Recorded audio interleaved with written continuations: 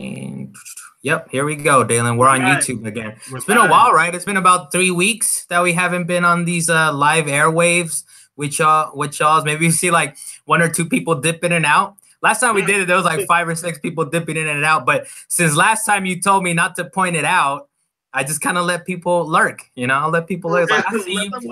Just know that I see you. I see you down there, and I'm just gonna leave you alone unless you tell us something. Then we'll give you some feedback. Yeah, so this is Salient Points number 23. I'm your host, Carlos Macias, along with my co-host, of course, on the other side, Dalan Kirkwood. Nice to meet you. And we did do so how do you feel the last episode went, Dan? We did have it was our first 3-person podcast last week, and we did do it live. We did do it how we used to do it, where we recorded in the same room, which is always the best audio quality, but I don't know, I feel like this video. Well, you guys got video on this, I guess, and people like to see video. So how'd you feel it went?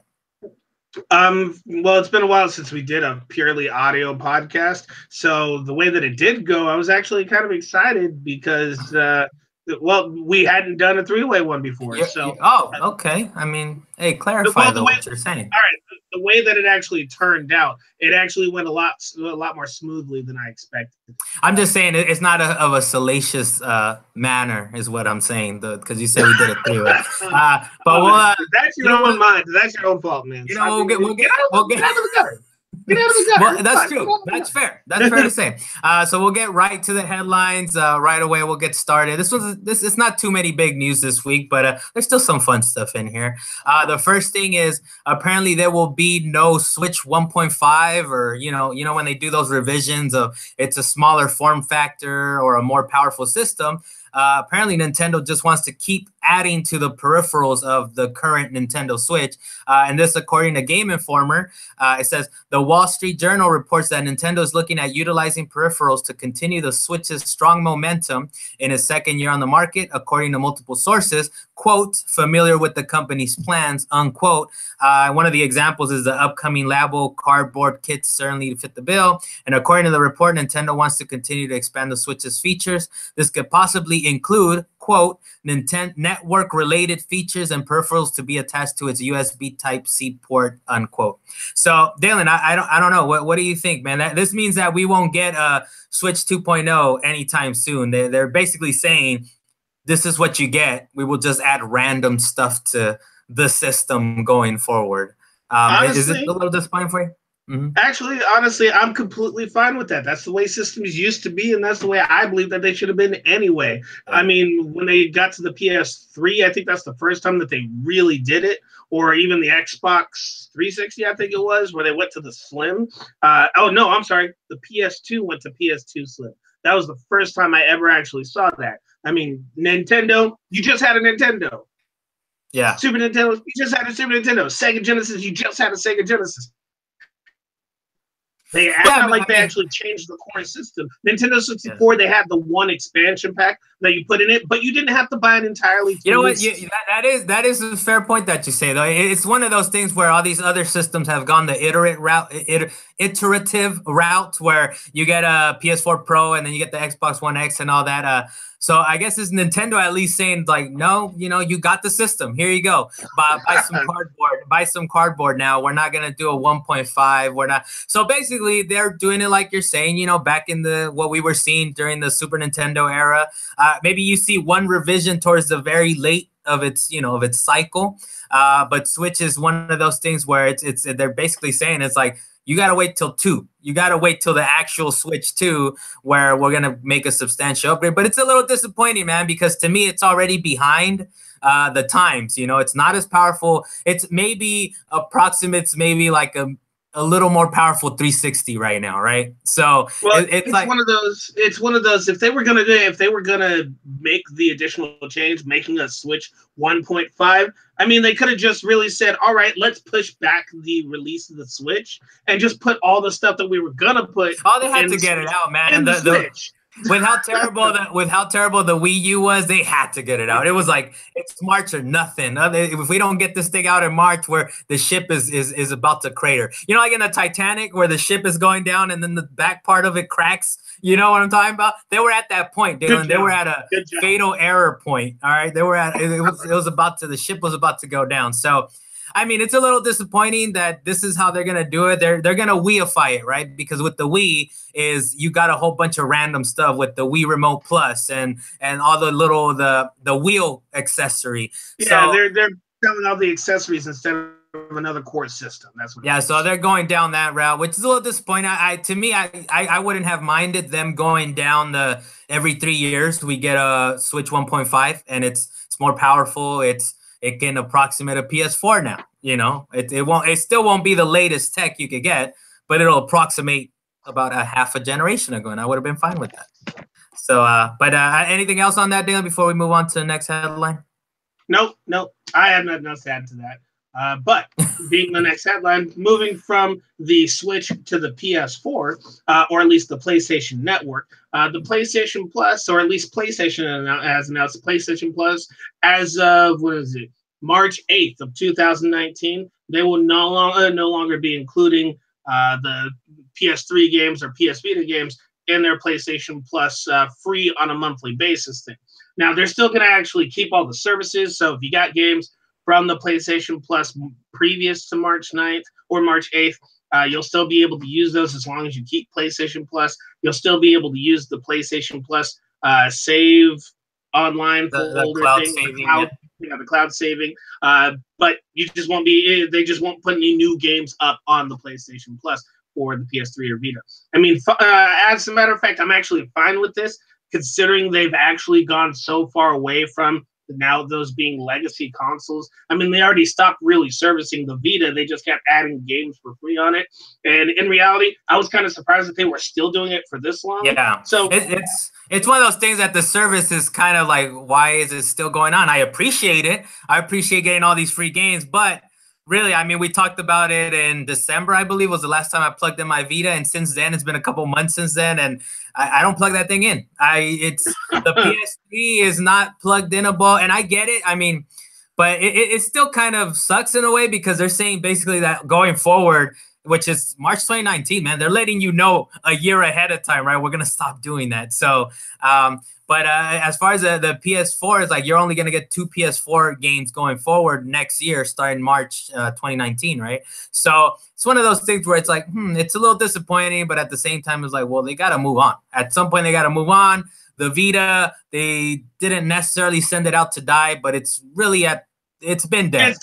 It's been dead. It's been dead. So, and you know, it's a little surprising. That's probably why they have such good games coming out. I don't know if you noticed, but Knack, which I don't know if it's the best game in the world, but it's better than what they've been giving away for free. Whatever they've been giving away for free, it's better than that. And I know we're getting Bloodborne for this month. Don't talk about that yet. I'm going to get to that.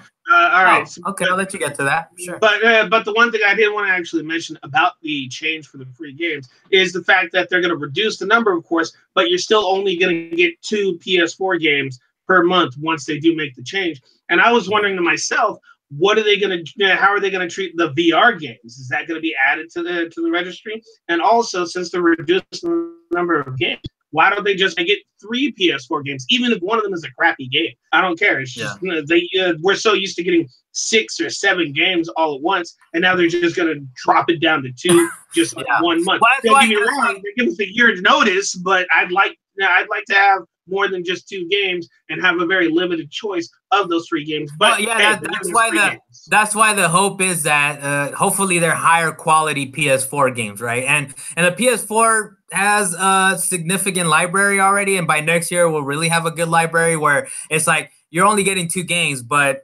it's Uncharted. It's Tomb Raider. It's a really good game you might have missed out on. Yeah, right, so it's one of those things like we'll have to see how it plays out. Would it be? This is the thing that kind of have us by what, because it's like we need a PlayStation Plus to get online. That's kind of the problem, right? That we're just used to paying. Even Nintendo by that point in March, there is no system that will not have paid online. Even Nintendo by that point are supposed to have a paid online. So it's one of those things where it's like, all right, well, we're just gonna have to deal with it. This is part. It will be saying, at least they're giving us something, I guess. You know, whereas before, when this first PlayStation Plus thing, people were like, why should we pay for this? PS3 is free, and then they're like, well, you got to be able to get online, and we're giving you a ton of games. So now it's kind of like they're just bringing it down, and they're like, you know, are you not gonna pay for online? So we definitely are. You know what? That's where it might hurt them actually with the whole Xbox thing, because Xbox does backwards compatibility. And they're still offering games. Xbox does a similar thing with Xbox Gold, and the compatibility is better. You can play your PS3 games. You know, PS4, it's either you need to have those systems, right? You need to have the PS4. You play PS3 games on the Xbox since when? No, what I'm saying is the compatibility from Xbox One to Xbox 360, and I believe even some Xbox One games, the OG Xbox games, you can play on there. Whereas on as far as Sony is concerned, you need a PlayStation 4, you need a PlayStation 3, you need a Vita. You can't. Yeah, so what else there's still PlayStation Now, but we're not going to get into that. I understand that's a completely different monster of its own. But for the PlayStation Plus in the month of March, looking at the list, we got Bloodborne, which I had at one point and I dropped it, but they're coming out with a new expansion later this year that they're trying to get people back with. What, you dropped it, meaning you traded it in? Is that what you're saying? Yeah. I had it for like okay, good, now you get that. I had it for a good like 3-4 months, and I was playing it. I was like, I'm good. That was before they fixed the online system to where you use the bells to be able to find what else is available? All right, besides Bloodborne, that's a good one. Besides Bloodborne, but I'm going to be picking that up. Ratchet and Clank, the one that I got for Christmas, so I don't have to repurchase it. I can just pick it up for free on the PlayStation Network, but I'm definitely going to play that. Legend of K, the anniversary edition for the PS3. So I got to say the legacy ones as well. Mighty Number 9, if you are that type of person that wants to play that game. So we're on video. Dalan is obviously thumbing that down. Mighty Number 9, go ahead and get it if you like. Yeah, all right. But it's coming out for the PS3 and the PS4. But if you want to pick it up for free and at least test it, there it is. Claire, the extended cut, I think that was a PC game or something like that at some point. It was very 8-bit-ish, but coming out for the PS Vita and PS4, and Bombing Busters for the PS Vita and PS4. Actually, I don't know what Bombing Busters is, but Carlos, it's free. It's free. Like I said, man, maybe they had to give us some good news and bad news, right? So they're giving us Bloodborne, they're giving us Ratchet and Clank. And you said another one that's Mighty Number 9. You know what? Definitely Mighty Number 9 is one of those things where it's like I heard it was terrible, but now people can get it for free and find out for yourself. So it's like good news with bad news, right? Good news is March is going to be really good for free PlayStation, quote unquote free PlayStation games. But hold on, next year we're gonna switch this whole thing up. So good with the bad. So that's kind of how they got us over the fact that they're bringing down our the number of titles they're gonna be giving us. That includes Claire, a very good game apparently. So I definitely say that one. Ready for the next headline, Dalan? But I'm ready for the next headline. Unless you got anything you want to say about it. No, that's about it. The next one is Battlefield. The next Battlefield, they're already in talks, of course. They're developing it. And Jeffrey Grubb from VentureBeat actually confirmed that the next Battlefield will be Battlefield 5, which is with the V, Roman numeral 5, instead of Battlefield 2, and will be set during World War II. He had image proof of the title, and he also said No Bad Company 3 is in development. I don't know if you guys go to his Twitter, Jeffrey Grubb, he actually has an image of the start screen, you know, where you press start or options on PlayStation or the weird buttons on the Xbox. It says Battlefield, Battlefield 5 and Roman numeral 5. So he said on Twitter, he said the sequel to Battlefield 1 really is Battlefield 2, a totally new game set during World War II. Bad Company 3 rumors weren't accurate, but DICE knows fans want it. In the same way that DICE was holding on to World War II as a place to retreat when modern near-future military games started fizzling out, I would expect Bad Company to hit when this current World War trend starts growing stale. So, you know, we got kind of sort of confirmation. The next game is Battlefield 5, if you guys are excited for that. And it will be kind of going back to World War II. Just, you know, this whole thing, right? We had to go back to World War II at some point. We had to go back. We have to go back. Are you Are you a Battlefield fan, Dalan? Are you excited about Battlefield going back to World War II? Well, I played Bad Company, and that was pretty fun to me. But are you okay, Carlos? You keep saying Battle 5. You all right? Yeah, I know, man. I'm struggling. I'm struggling. But it's Battlefield 5. For whatever reason, it comes together and it says Battle 5. But as for your question, I did play Battlefield when it was out on the PC, so that was when I really enjoyed it. And having those type of old school World War games, that's actually when it was probably the most fun, was being able to use those old school weapons. It's been a while since. We got plenty of games. Yeah, we got plenty of games with future weapons. I mean, we could use some old school games. I think that's why Battlefield 1 worked out so well, or Battlefield 1 World War. Well, that is right. Yeah, Battlefield 1 was sort of it was going back, right? Going back, it was like little snippets in time of World War II and that kind of era. That was actually pretty fun, man. If they go with that in that route with Battlefield 5, which is kind of weird, right? That it would be from Battlefield 1 to Battlefield 5, but yet they're still in that same era. You would think they would have been like Battlefield 2 or whatever, but it's a little confusing. There are plenty of stories from the Battlefield that they could do. But you know what I actually do want to see now that we're talking about this, and if they're listening, Battlefield Vietnam. That might be awesome. I'd love to see. Okay, yeah. Well, yeah. I mean, it's one of those things where it's like we're all going back to World War II. Battlefield is not immune. It's not immune to this, so we're going back to that. The only thing is you like Bad Company then, huh? So Bad Company 3, apparently they're not working on it, but they're aware that people want it because it was one of their better games. Yeah, it was sort of a comedy game, right? It was sort of like a Three Kings version. Game? Was it? Yeah, well, it was their attempt at it. It was more humorous. I mean, you look at the box art of Bad Company, and the grenade has a happy face on it. Are you going to tell me it's not supposed to be comedy or humorous? So, all right, so they started a joke. Either way it goes, it was still a really good game. Which one would you be more hyped for? A new Battlefield or a new Bad Company? It seems to me like a Bad Company would be. I'd be more hyped for a new Bad Company. Yeah. So what else? So that's coming out. That's what's next. Battlefield 5 game, and we'll go back to World War II. What else do we have, Dale? All right, still talking about video games, but getting a little bit political. Press Secretary Sarah Huckabee Sanders, I can't say her whole name properly. She announced that the president planned to meet with leaders of the video game industry next week and to see what we can do on that front, because the whole Florida shooting that happened, and the president talking about, hey, let's put guns in schools. But when Sarah actually mentioned this, the ESA, the Entertainment Software Association, said that they were not aware of this meeting. So nobody even knew about this meeting. It was just a thing that they were saying. They were like, all right, we're working on it. So we have meetings in place. But then everybody in the game industry is like, wait, we have meetings in place? So they all talked to each other and said, no one knows about this meeting. It doesn't exist. But in talking about this is the fact that they're still trying to actually gear the entire conversation from guns to video games. And every time that they did this, it didn't work. They tried to do it with Doom. They tried to do it with Manhunt. They tried to do it with Call of Duty World War II, or not World War, Call of Duty Modern Warfare 2. They at some point tried to do it with Pokemon Go, but Pokemon Go had its own issues.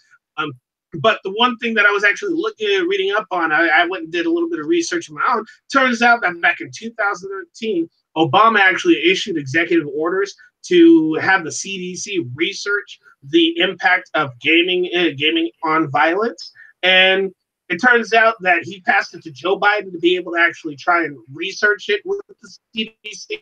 The CDC spokesperson told Glitzel, as a matter of fact, I think this was like last week, but it says recently, that the research was never conducted because Congress never provided the money for it. The request for the funds wasn't even in the last budget plan.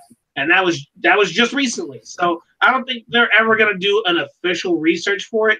Even if President Trump tries to sign something for it, he can go talk to the video game industry all he wants. But I doubt that anything's actually going to come of it.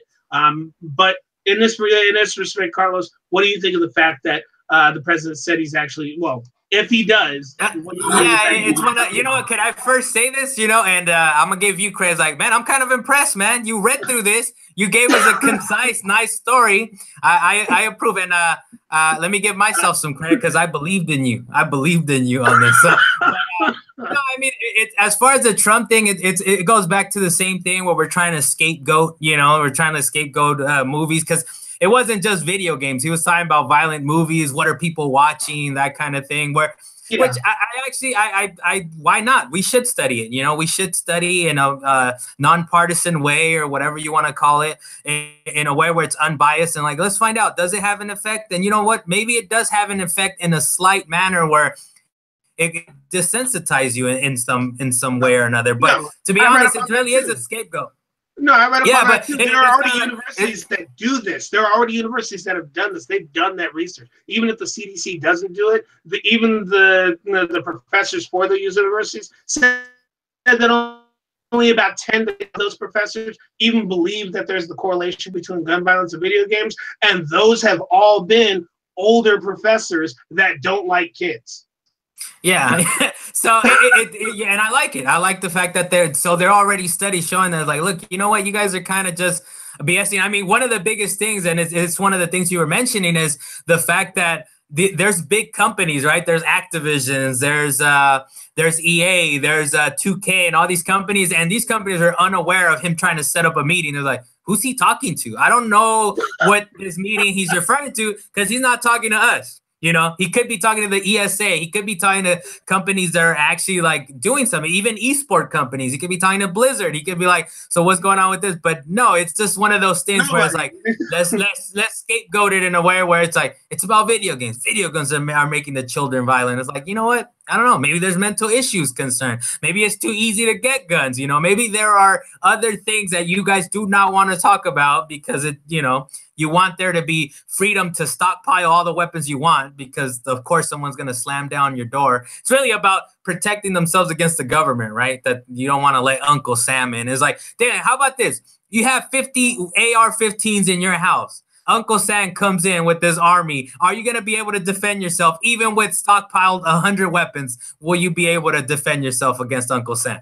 First off, I won't be able to get to all my guns in time. Exactly. You only have 2 hands. You only have 2 hands. You only have 2 hands.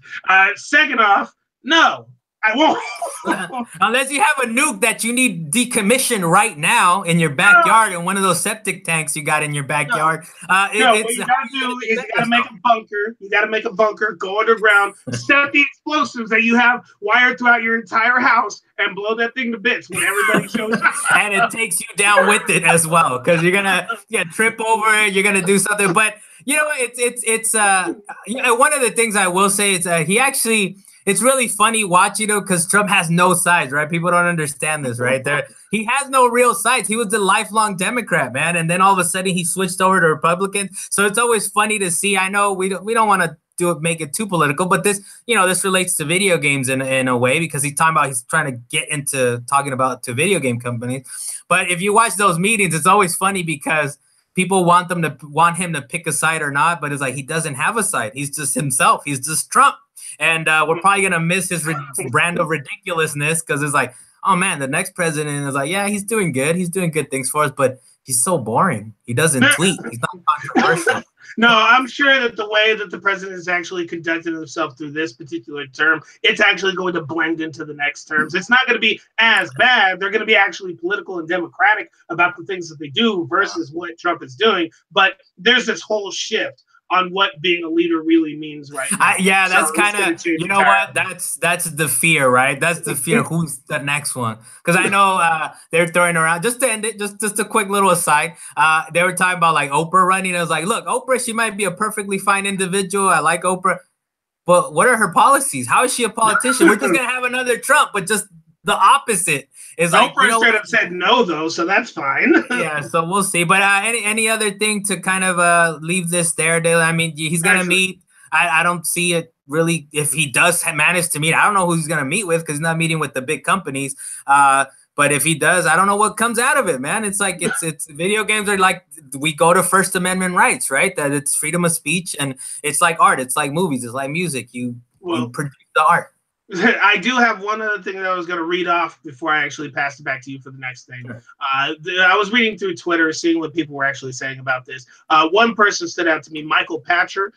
He wrote, the same games are sold in the U.S. and Europe, but the U.S. has a gun violence problem, and Europe does not. After each mass shooting, the NRA attempts to shift the blame to games. Interesting timing on POTUS, meeting with the NRA and scheduling of video games for a meeting next week. So I was thinking to myself, man, they really just love to shift all the blame to the video game just because Trump heard down the vine that video games were a big problem. And again, there's been no correlation that he really needs to actually do his research before he decides. He's not doing any research. He's not doing any research. I don't know if you know, but he's really just, he's watching Fox News in the morning. And it's like, I just heard about this and people don't really know about this. Like, what do you mean? You just heard about it. You're just, whoever he talked to last, that's his information, Dalan. That's what it is. And if people don't know, he actually said we should have a rating systems for movies. He just said this last I did hear about that. I did hear about that. Yeah. Yes. So, well, I think we'll put a pin on that. Then we'll probably update it, see if he actually ever meets with somebody. I'm hoping he can just kind of burrow his head under the sand and just wait for it to blow over. But if he does have a meeting, we'll update you guys. You know. But we're ready to go into updates, Dalan. That was it. That's all you had to say on that. I'm good. So updates, and we'll kind of get out of here. The Yakuza 6 was offered fans the full game when the demo dropped recently. Since then, so it was the Yakuza 6 demo. It allowed you to play the whole game, Dalan, and it was like a 35 gigabyte download. Since then, the license has been revoked and trophies desactivated. So, but if you were able to play through the game, you'll be able to transfer that save, which is a little disappointing. I was telling you about it, Dalan. I played it a little bit for about 45 minutes. Like it's I forget how like soap opera version the game is. You know, you start up beating some guy up in the streets, and then it goes into he's taking care of a baby. He actually is the intro. I don't think it's spoiling a lot, but the intro's actually kind of cool. Because he's at a bar and some guy comes in and challenges him, and he tells him, I need to fight you right now. I'm going to beat you up or whatever it is. He goes outside. He's like, all right, let's get this over with. He beats the guy up, or you beat the guy up, right? You play the game. You beat him up. Then you go back in. He's like, oh, you made me late for my appointment. His appointment was to get back into the bar, make a baby bottle, and give it to the baby that's next to him at the bar counter. So that's Yakuza 6 in a nutshell. I want to mess with it. I don't know if I'm gonna pay full price for it, but I'll mess with it because it looks ridiculous. Wait, weren't you playing Yakuza 0 though, or one of the Yakuza Origins? Yeah, I gotta play Yakuza 0, man. The last one I really got into was Yakuza 3, so I probably gotta beat 4 and then 0, and then I get. Just get back into it. Just go to 0. Just go to 0. All right, I'll do it. I have that lying around, but yeah, that's Yakuza 6. It was kind of cool. I was hoping that we'd have more time with the full game. Sega really messed up, man. Somebody dropped the ball. They allowed people to play the full game. I'm pretty sure some people beat it. Actually, as long as you didn't sign online, if you didn't sign on, like, so if you're listening right now and you haven't plugged into online, you can't get your license revoked. How? If you don't ever plug in.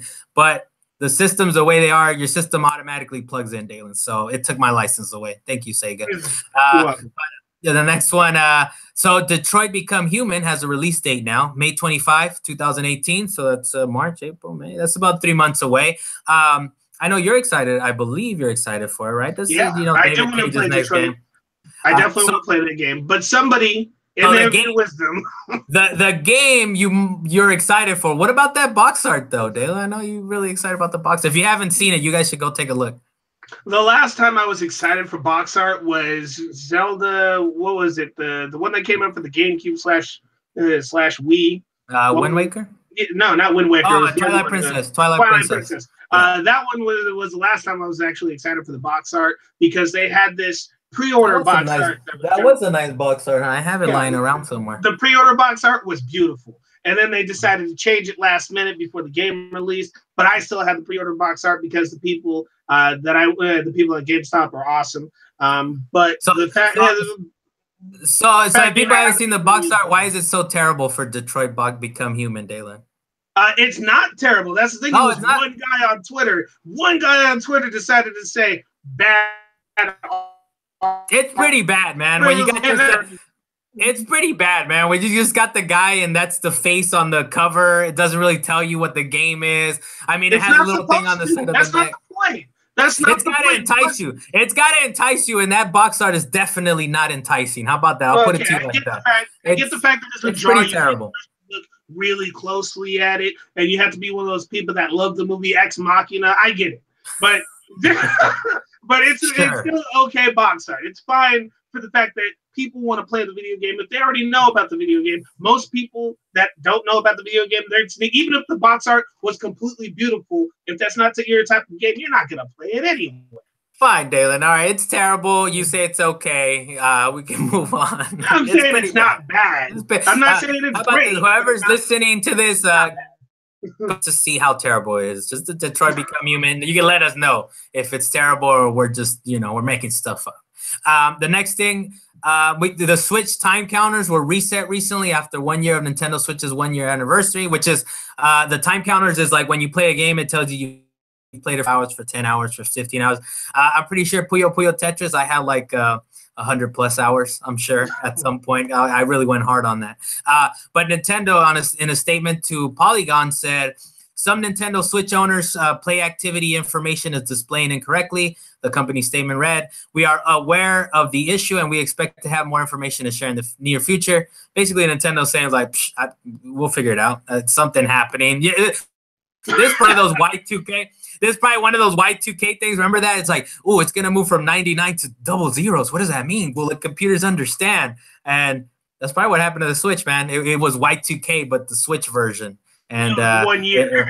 Exactly, yeah, which is really not that big of a deal, man. So your play counters reset. So what? Like, just play the games you play. Who cares? Do you really want to say? Do you care? Like, as far as I'm concerned, I'm kind of like, I haven't really looked at the play counters, but I like how Nintendo at some point was saying, like, oh, it's not lost though. That information isn't lost. So people are like, they breathe a sigh of relief. It's like, oh yeah, my 200 hours that I put in that publicly can see that people can publicly see that it's not gone. It'll be live at some point. So even if I can see it publicly, I'll be like, man, one, I don't care. Two, you have no life sometimes. You're doing too much. You're doing too much. So we'll move on to the next one. Why Metro Exodus will not have multiplayer. In an interview with Game Informer 4A Games, they said, quote, I don't think we can say multiplayer is something that isn't interesting from a technical standpoint, executive producer John Block said, but our focus for Metro has always been a story-driven experience, filling the shoes of someone living in Metro's environment and going on this journey.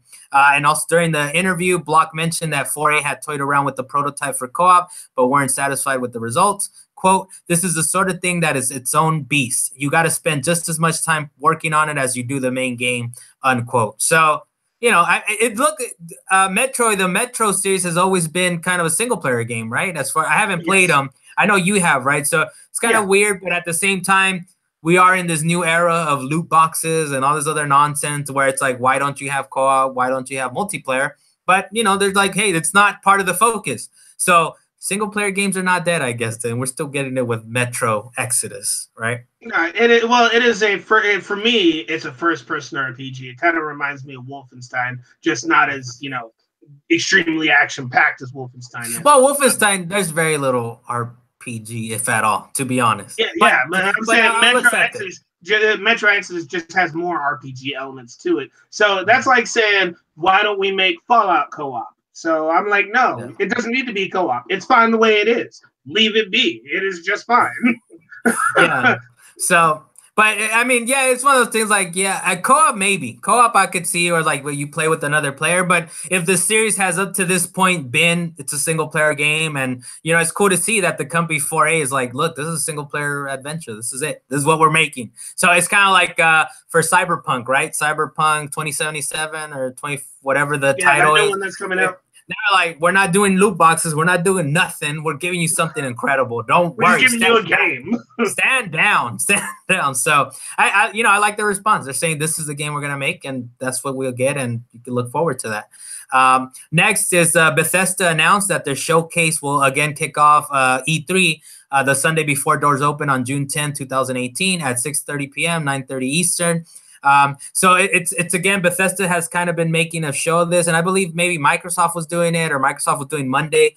But it's before before E3 doors even open, right? They open on Tuesday through Thursday. Bethesda's going to kick it off on Sunday. So for people that are working E3 or that are doing coverage for E3, man, your day starts, your week starts on Saturday night or Sunday morning, But what do you think they'll show? I mean, Wolfenstein 2 came out already.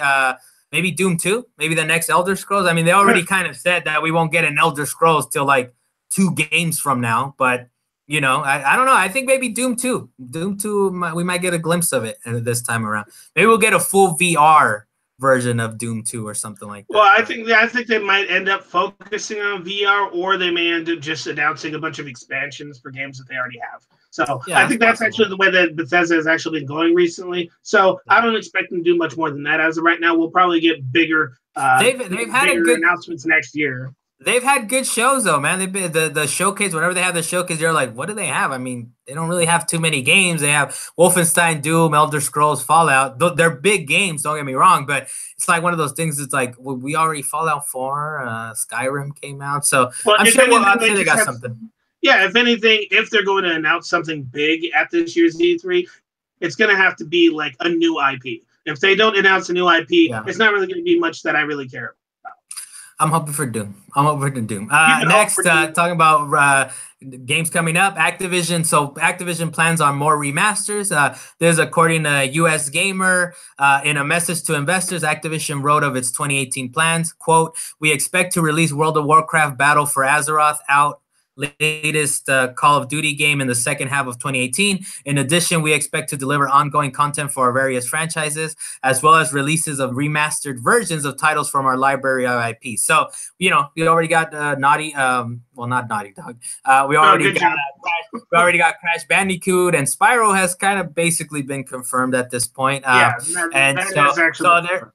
So they're basically saying Activision's like, we're interested in remastering more stuff.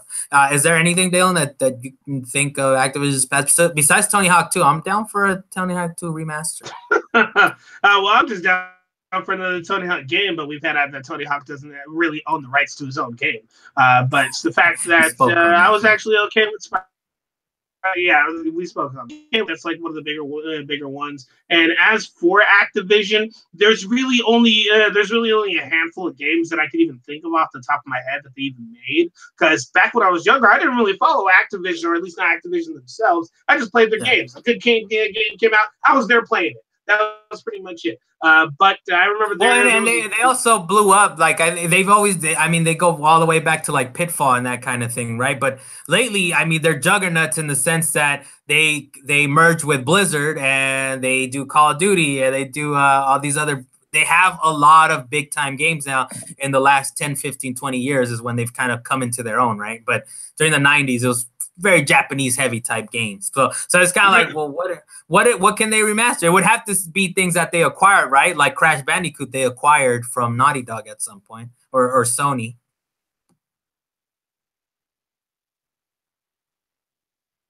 You alive over there, Dalan?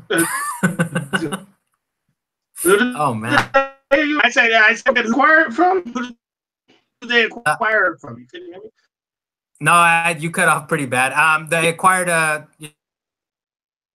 from Naughty Dog. Either they acquired not from Naughty Dog or from Sony. I think Sony at some point might have owned Crash Bandicoot or something.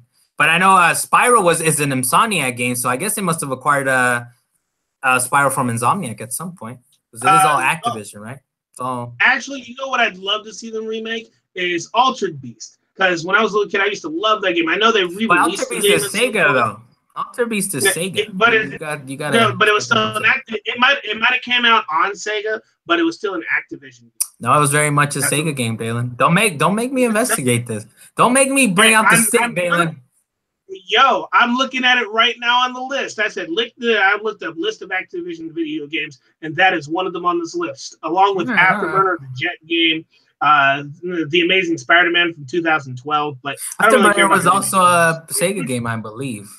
Anyway, yeah, we'll come back to that. They came out on Sega, but they are Activision games, so they can release these games if they wanted to. You're very confused. You're a very confused individual, but we'll move on, Dalan. All right, so you want these? Whoever owns them, you like an Afterburner, you like an Altered Beast. All right, we can leave it at that. Definitely Altered Beast. Definitely Altered Beast. So next, this one's for you, Dalan, a little bit. Final Fantasy 15 director Hajime Tabata is asking fans if they rather see a happy ending or a super bad ending to the game. I thought this game was done, Dalan. Apparently not.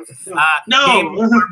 Yeah, so Game Informer says that while Tabata did not clarify what direction he has decided to go in, he did indicate the feedback has helped him make a decision. Tabata also didn't clarify what exactly this means about making a new ending to the main campaign of the game that released over 2 years ago now, or an ultimate ending to all the game's DLC. So we'll go to this one, Dalan. Would you rather see a happy ending or a super sad ending to Final Fantasy 15? I thought it ended. Apparently not.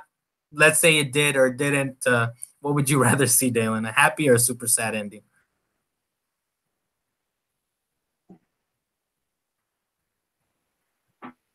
I choose somewhere in between. I'm more happy, I guess. I mean, having a super sad ending, I know they really isn't necessary. I mean, it's not exactly an emo. Last I checked, you did not beat the game, correct, Carlos? No, I haven't beat the game, so you know, no spoilerings. But there was an ending, okay. Right? There was an ending, right? Is the understanding? Yeah, there is an ending, but it's one of those endings that it is open to interpretation. Yeah. So if they wanted to, they could actually expand on that, or they could actually just continue the story with the fact that now you have the ability to switch between characters, and they could actually continue the story based on the other 4 characters that they wanted to. I mean, they completed Noctis's arc in this particular case, but if they really wanted to continue it, they could. You could always write more stories. So to you, it's like it doesn't even matter whether he wants to do a happy ending or a sad ending. You just kind of like, you give me something, and I'll either accept it or reject it, right? That's kind of the thing, right? It's like what the creator is like, dude. Make it make sense to you. What do you feel? Should it be a sad ending? Should it be a? This is your story. This is your story, right? Why you keep asking us? Why you keep asking about this game that's been out since 2016? It's 2018 now, and you're talking about DLC to go into 2019. Just let it go. Just do the next thing. So we'll do one more. Okay, good job. You hit up the creator hard. Hey, creator, just let it go. 15. Nobody's mad at you. We love you, man. I am. Keep the story. But make 16 already. Make 16 already. Stop messing around. Start working on that. So we'll end it on this next one, Dalan. One more. I feel like you maybe this kind of up your alley. You'll let me know. But Adam Boyes, who is a CEO of Iron Galaxy Studios, who happens to be a porting studio, or they port a lot of games. He used to work at Sony. So if you've heard his name, Adam Boyes, before, he used to work at Sony. He tweeted out to Capcom that Capcom should give his company a shot at porting Monster Hunter World. And Twitter, he says, quote, "Dear Monster Hunter team at Capcom, we understand that porting the game to Nintendo Switch is challenging, but this is exactly what Iron Galaxy Studios does. Give us a shot and we won't let you down." So there's proposals going out there that Monster Hunter World should be ported to Switch. Dylan, would you be happy to see it on Switch, or are you done with Monster Hunter? Actually, I'm not sure. I'm not done with Monster Hunter. I'm not done with Monster Hunter. I just have my own backlog of games. But for Monster Hunter itself, I really don't see why they would need to port it to Switch. I mean, they have all the other Monster Hunters on Nintendo. If Nintendo wanted to, they could just take one of their older games and put it on the Switch. They could just remaster those or HD. Well, yeah, but why not do the new one though? They could just do that. And I mean, so Iron Galaxy Studios is the porting company. They're basically saying it's like, we can do it. We can get you Monster Hunter World on it. So it's just one of those things where they got to figure out the licensing, figure out a deal where Iron Galaxy Studios will be like, okay, we're going to get it done for you. But as far as you, if it was on Switch, would you pick it up again or no? Or you'd be like, I already have it on PS4? One, no. But two, if they did do it, their biggest issue would probably be the online services. Yeah, I mean, Nintendo's got to get their stuff together. Yeah, they got to get their stuff together when it comes to the online services. Because if they don't get that together, there's no point in buying Monster Hunter World. So there's no hope. There's no hope. See, now you're the hater. No, I don't hate on them. I'm just saying that I've actually been saying this. It's legitimate hate. It's legitimate hate. It's a legitimate concern. That's what a legitimate concern. It's a legitimate going concern. Because ever since the Wii, they've been behind in regards to online services, and going into the Switch, they're still a little behind on the online services, but they are catching up. Yeah, it's been all right.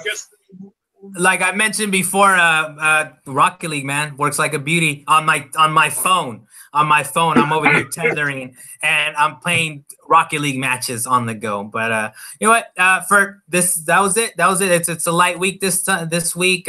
Salient Points number 23. I'm Carlos Macias. You guys can find me on Twitter at @DuceClean. And Dalan, where can the good people find you? Dalan Kirkwood. Far more easily on YouTube at Cloud Neftist 2. Sorry, I was gonna say the wrong name. Somebody took your one. Somebody took this other nonsense. Like, nah, you know, we get it, Dalan. Well, I could drop names right now, but I'm not gonna drop names right now. I know exactly who did it. You know exactly our guest last week. That's how it went down. But Dalan, stop being a Nintendo hater over there. All right, just just believe in yourself. Hey, what? Wait, stop being a Final Fantasy hater. You know, maybe I'll get back to it at some point and maybe beat it or something. You know, we'll figure that out. All right, we'll see you guys next. All right, anyways, good game, guys. Good game. GG.